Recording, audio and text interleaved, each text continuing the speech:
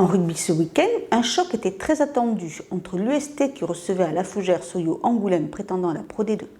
Un déséquilibre de structure qui s'est retrouvé malheureusement sur le terrain avec des Charentais qui sont repartis de Tyrosse le bonus offensif en poche alors que les rouges et bleus de la Fougère sont restés fanis sur leur pelouse.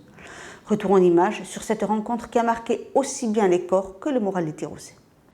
Les supporters des deux camps étaient présents en nombre pour le choc UST-SA15 qui a mis en lumière un championnat de Fédéral 1 à 2 vitesses entre les clubs à gros budget et les plus modestes comme Tyrosse qui ne peuvent prétendre à la montée en Pro D2. Nous, on a un budget inférieur à ce qui est demandé par la fédération. On est à la moitié moins, c'est-à-dire qu'on est à 800 000 € alors qu'il en faut 1,6 million. Il y a les pros et les non-pros. Nous, on fait partie des amateurs. Nous, tous nos joueurs, demain matin, ils vont partir au boulot. Qu'à Angoulême, ils vont aller sur le terrain, faire de la récupération, etc. Donc c'est totalement différent. C'est vrai que c'est un championnat qui est faussé, mais il ne faut pas oublier que la Fédérale 1 était une fédérale amateur. Et on l'oublie beaucoup. Et c'est le côté pervers de la chose. Et nous nous battons beaucoup pour que les choses redeviennent un petit peu plus normales pour tous les clubs amateurs, quels qu'ils soient. Handicapé par l'absence de certains joueurs tyrossais, d'un carton jaune en première mi-temps et d'un rouge des deux côtés, privant l'UST de son pilier droit international amateur, les pensionnaires de la Fougère ont été pris dans tous les secteurs de jeu sans réussir à inscrire un seul point. Un score qui au final a peu d'importance pour l'entraîneur de Sémicens au vu des forces laissées dans la bataille. Franchement, le fait qu'on ait marqué 0 points, c'est une anecdote. Je pense qu'il sera plus difficile de soigner les corps que les âmes.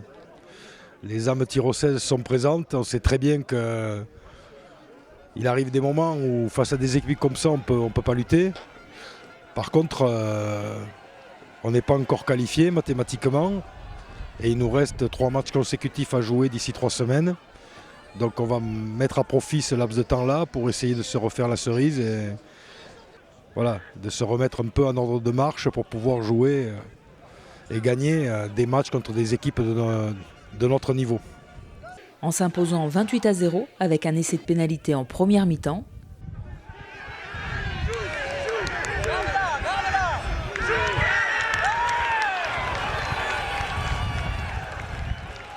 puis 2 autres après la pause, Angoulême réalise une belle opération.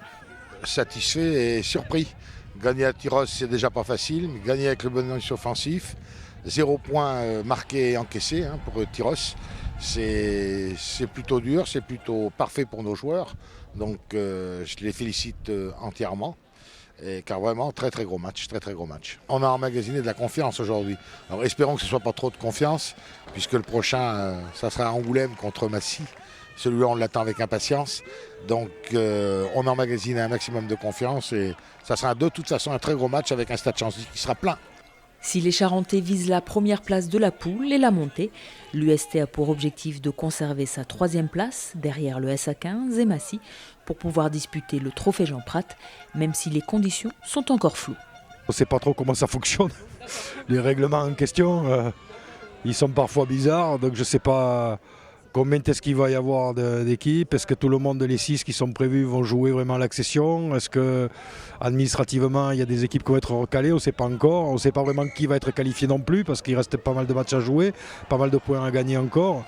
Nous, on va essayer de poursuivre notre bonhomme de route et essayer de rester 3e jusqu'à la fin du championnat, ce qui nous irait bien. Prochain match pour l'UST, le 20 mars, non loin de Toulouse, sur la pelouse de Groslay, 8e de la poule.